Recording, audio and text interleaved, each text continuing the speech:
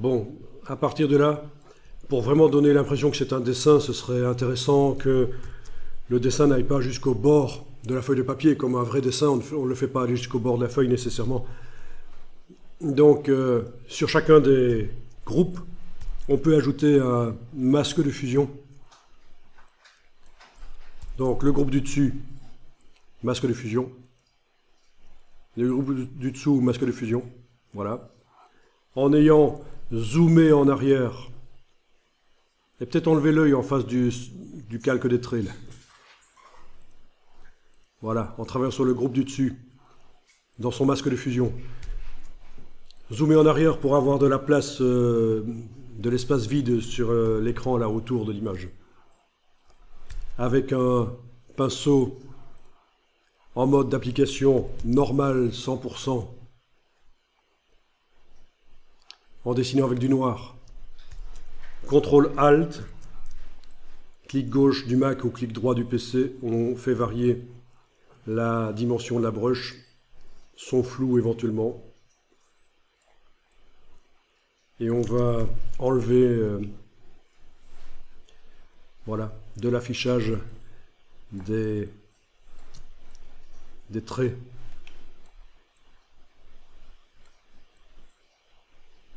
Et bien sûr, comme on travaille dans un masque, on pourra les faire réapparaître en dessinant en blanc.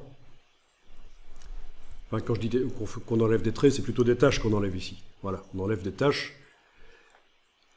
Puis, on peut faire la même chose sur le calque d'en dessous. Je n'affiche que le calque des traits. Je travaille dans le masque de fusion. J'enlève des traits. Voilà. J'affiche les deux. Et ça commence à ressembler à un dessin, quoi.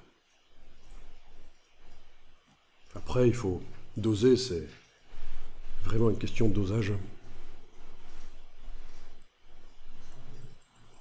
Si je juge que c'est nickel, sauf qu'il me reste des taches, je ne vais pas commencer à essayer de les enlever en faisant des réglages.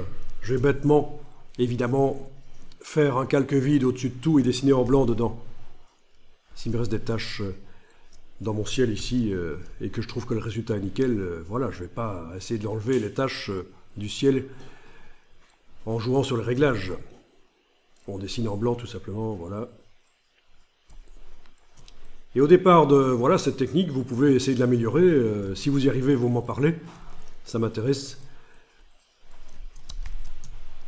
Vous pouvez faire différemment, vous pouvez ajouter des choses, ne pas faire certaines des choses.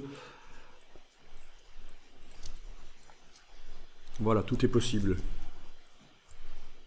Utiliser des filtres existants, je sais qu'il y a des filtres qui peuvent transformer en un effet de dessin, hachuré déjà, des choses comme ça.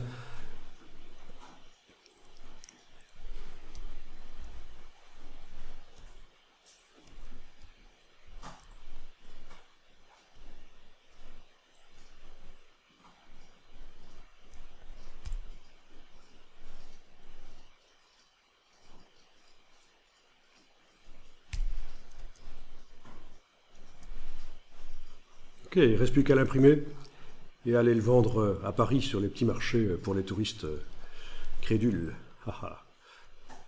Vous imprimez ça évidemment sur un bon papier.